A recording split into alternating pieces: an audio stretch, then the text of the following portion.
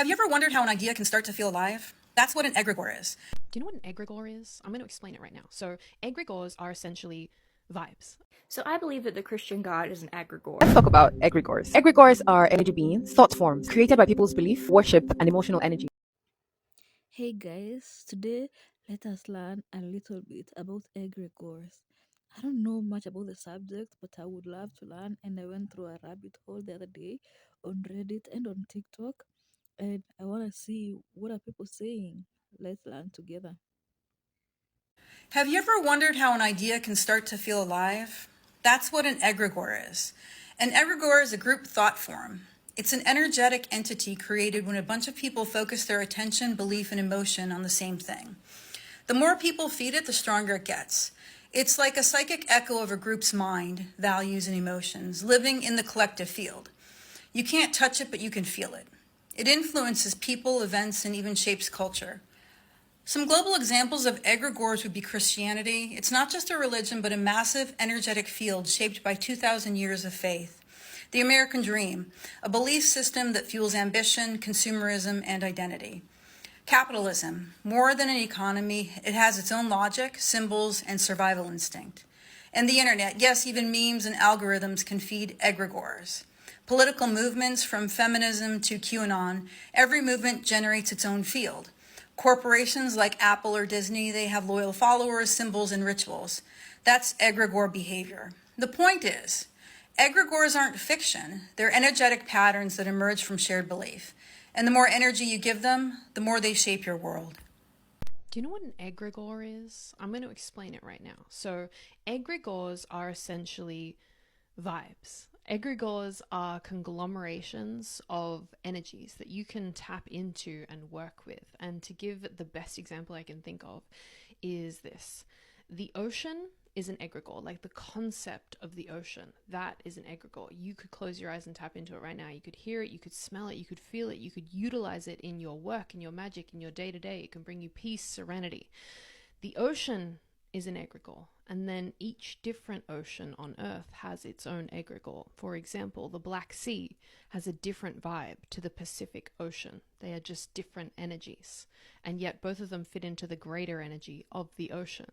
And then below that, each of the beaches along the Black Sea has its own egregore. Each of the beaches along the Pacific Ocean has its own egregore. Like, there are larger and greater aspects to these egregores. So it like conglomerates, you know what I mean? Like all of the energy of all of the little facets around the Pacific Ocean and within the Pacific Ocean, both underneath and above, has its own egregore. It has its own energy. It's something that the collective creates by relating to the thing, and it kind of creates itself by just being and existing. Other examples of egregores, like Archangel Michael is an egregore, Anubis is an egregore, McDonald's is an egregore. It has its own vibe, its own energy that you can kind of tap into in the non-physical. If you imagine McDonald's as an energy, you can feel into what that feels like to you through your perspective personally.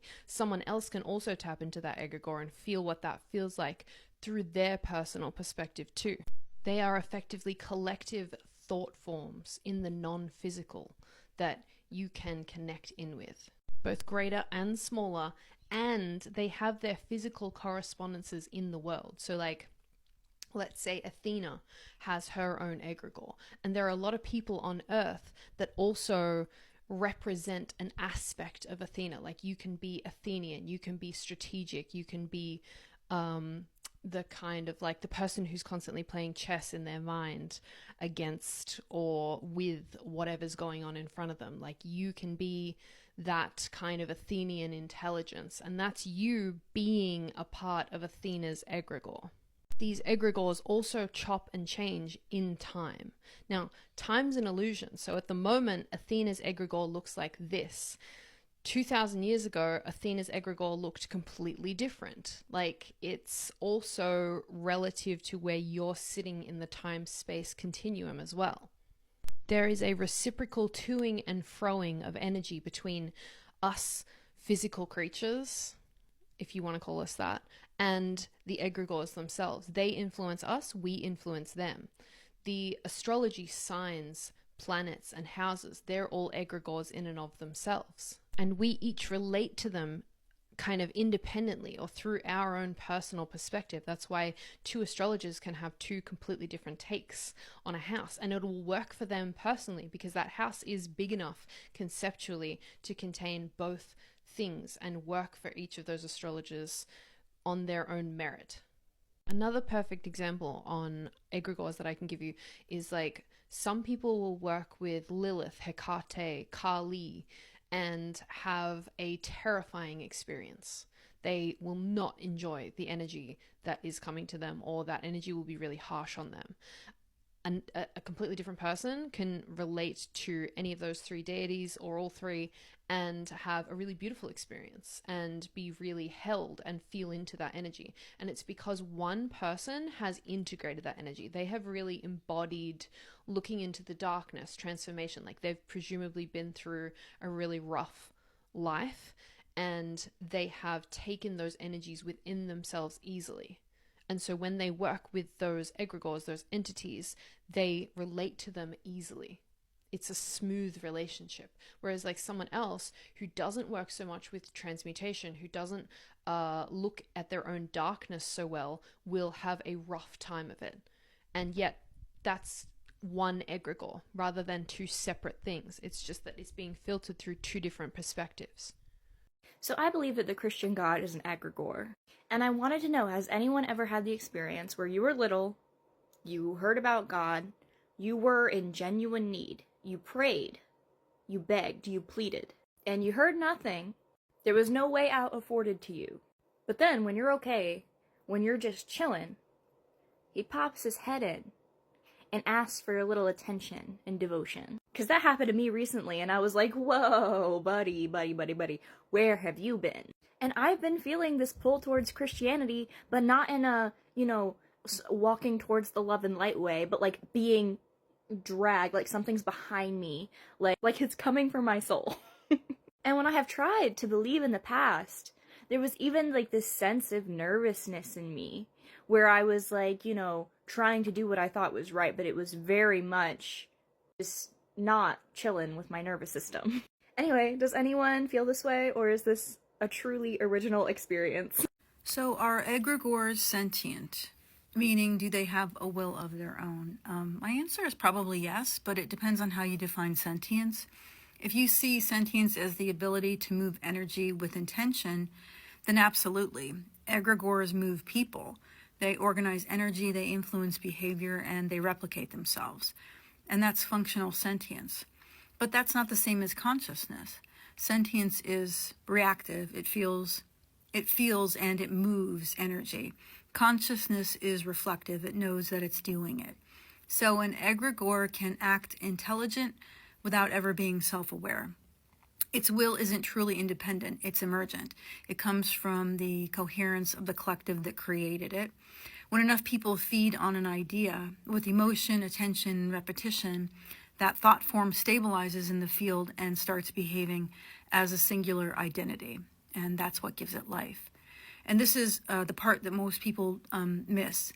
Any field that you feed becomes more alive, whether it's an idea or a fear or a movement. Energy builds coherence, and that's why attention is sacred. So yes, energy can create being, but being, once created, always seeks coherence to complete its loop, to return to source. So the real alchemy of creation, that's the real alchemy of creation. Everything we give life to eventually asks to be reintegrated. Let's talk about egregores. Egregores are energy beings, thought forms, created by people's belief, worship, and emotional energy. So the more people believe in them, the more real they become. But not because they exist in and of themselves, but because we, our belief, our energy, make them exist. They feed off our attention, our devotion, our fear, our prayers. Without your energy, these egregores are nothing. Now, here's the part that will make some of y'all mad. Christians have created an egregore out of the name Jesus. And no, I'm not talking about the real historical man, that's if he even existed. I'm talking about the floating white man in the sky version of Jesus, who hears your prayers, saves your soul, answers your DM worthy problems, and conveniently matches the empire's agenda. Now let's get back to basics. You say he's a Hebrew man, but everything we know about him is in Greek. The New Testament, written in Greek. His name, translated from Greek. His whole mythology is Greek and Roman flavored. And don't forget who compiled and protected these scriptures, the Roman Catholic Church. Yeah. The Vatican. The same empire that colonized your ancestors and called it salvation. Like, it's given mass hypnosis. It's given collective brainwashing. Because if you can't even see it, how can you break free from it? That's why deconstruction is sacred. Because at least then you get to question what you've inherited, the beliefs that you've inherited, and you decide what is actually yours. You stop feeding these egregores that were never built for your freedom, and instead you start creating meaning for yourself. A god is just an egregore. A deity is an egregore. An idol, a belief, a tradition, any of it can become an egregore if you're giving it your life force. Christians say their God is the only true God, but that's because he is the only one that is real to them, obviously because that's the one they choose to believe. So if you're going to feed something, let it be your own self. Let you be your own God, because the truth is, without you believing, none of it would even exist. I wanted to hurry up and post this before someone took my idea. But I really do feel like we're going to be entering a space where Michael Jackson ends up reaching like literal deity level. And it's just because of like the way that he's impacted the world so largely, and he's no longer here to witness or bear witness to the way that people are loving him and understanding him and just venerating and honoring him. Like, I really do feel like eventually we're going to egregore this man into being deity status, right? And I know I might sound crazy saying this. I honestly and truly don't give a fuck, but we're gonna egregore that man. I feel like we already did. We egregored him into being this deified person, right? And I think that that is so fucking cool. And I just feel like he is just so happy. Like, I feel like he can finally rest now that this is happening. I love that. There's something interesting. This goes back to my studies of theosophy. We have something called an egregore. So an egregore is basically a thought entity. It's something I also learned from pranic healing as well. So each and every thought that you actually think is actually a living entity. So for example, right now we're living in the physical dimension, right? This is the physical plane, right? The only way I can exist in this physical plane is because I have a physical body. Now beyond the physical dimension, there's a dimension called the astral dimension. In the astral dimension, you use the emotional body. That's where all your feelings, all your desires are. With the egregores, the more people feed on one thought form, the higher the egregore becomes. So if you're controlling people's thought forms, you're making it difficult for them to revolt. For those who are into spirituality, I know you've heard this term egregore thrown around a lot this year, but what does it actually mean? See, my previous video was about a thought form that was sent after me by my ex-boyfriend who was trying to manifest me back, but it is different than an egregore. One person's obsessive thoughts, especially if it's channeled over a period of time, can create a psychic entity that can exist in this realm, a thought form. But what happens when it's no longer one person?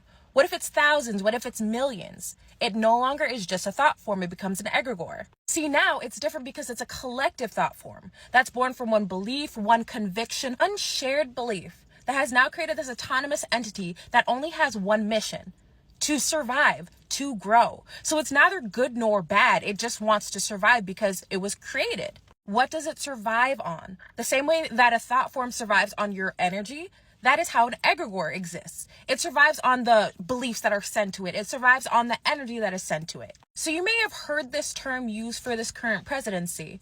And they're speaking, and I'm not swaying anyone any political way, but I'm explaining why it's being used.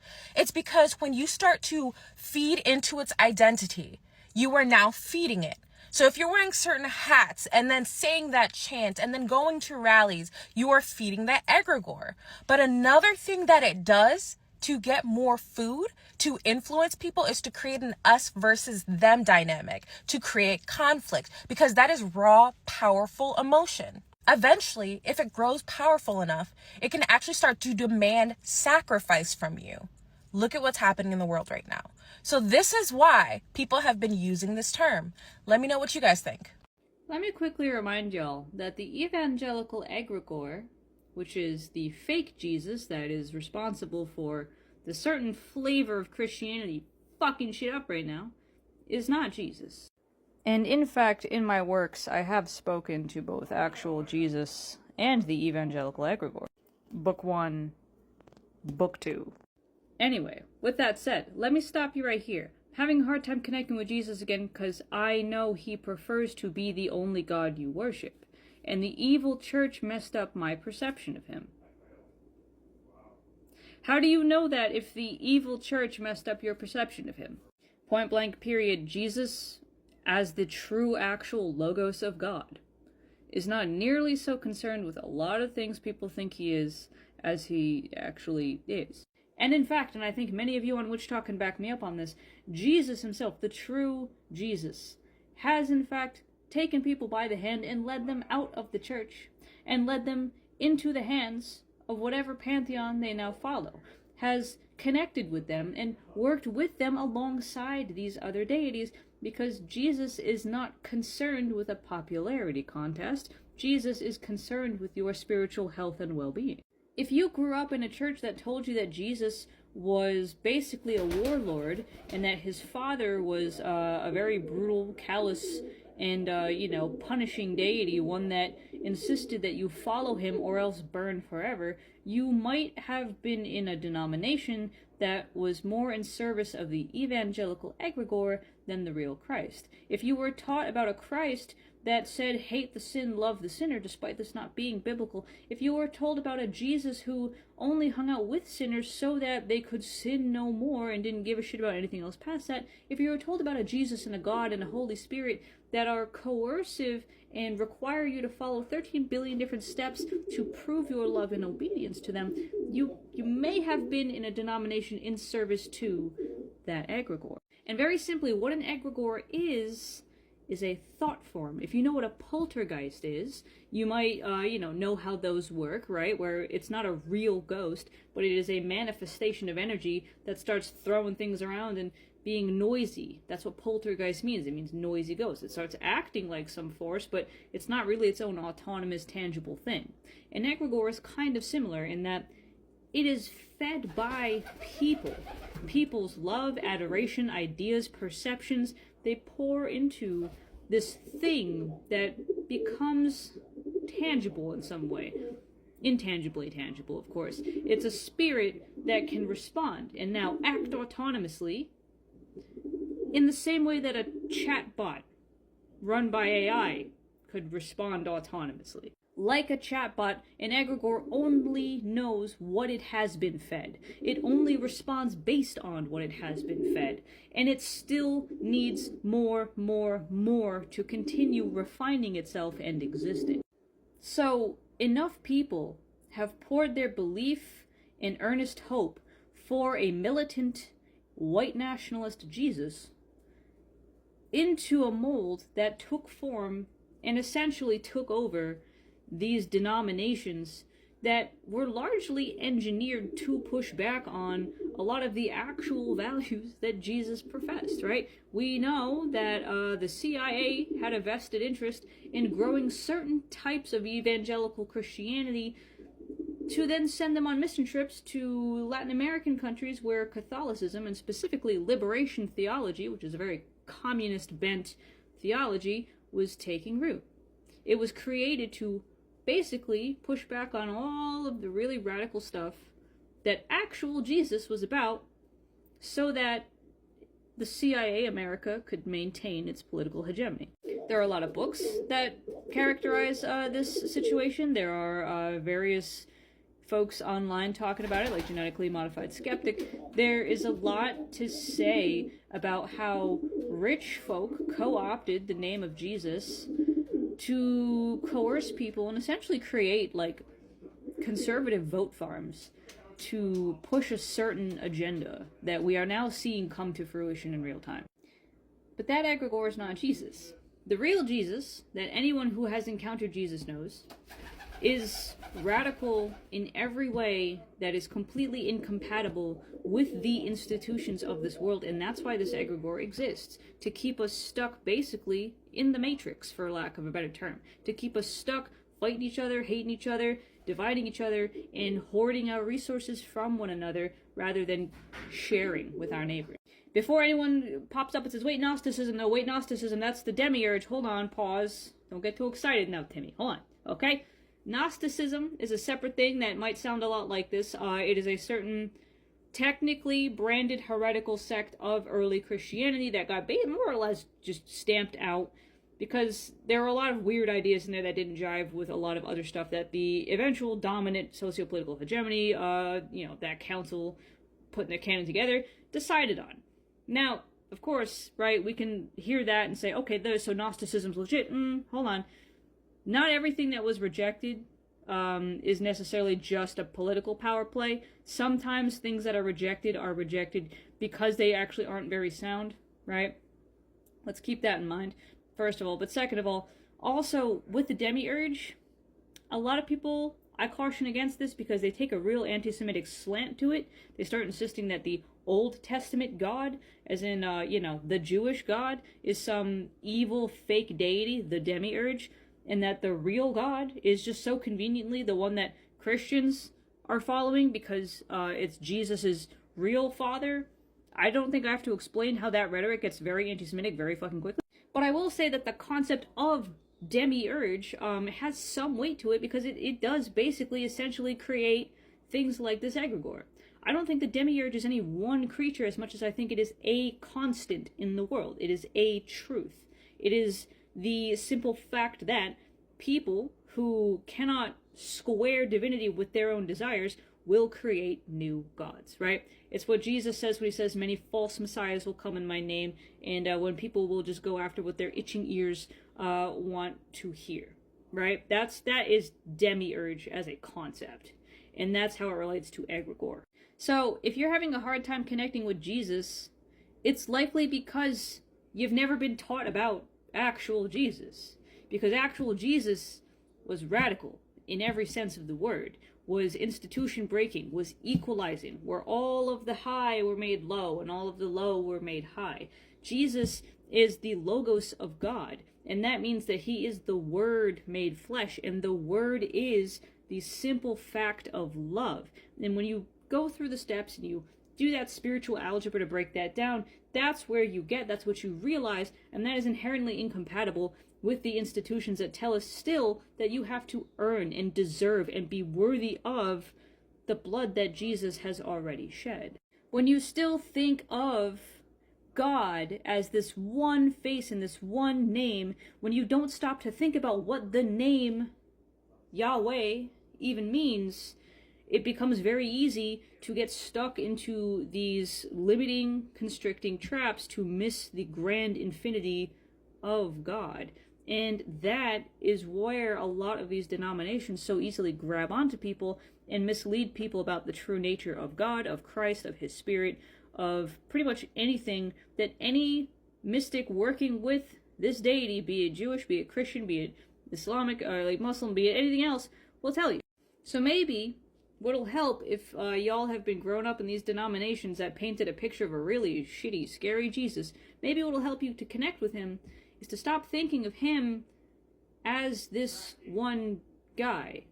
To stop thinking of the way, the truth, and the life as one literal person. And to start recognizing him as that very ration logos, that mind of God who is, and who always was, and who always will be, whose law starts and ends with love for himself and for your neighbor. When you get there, when you boil everything else down, you take away all that distraction, when you get Paul the fuck out of your head with all his 1,000,002 rules, when you get all of the shit people ever hammered into your head from random parts of the Old Testament out of your head, when you just think of those two things, love God, love one another, and you focus on that, then you will find Jesus, true Jesus, through that apophatic process of negation. you will get to a void so deep that you will come out on the other side finding something inexplicable, and that is God.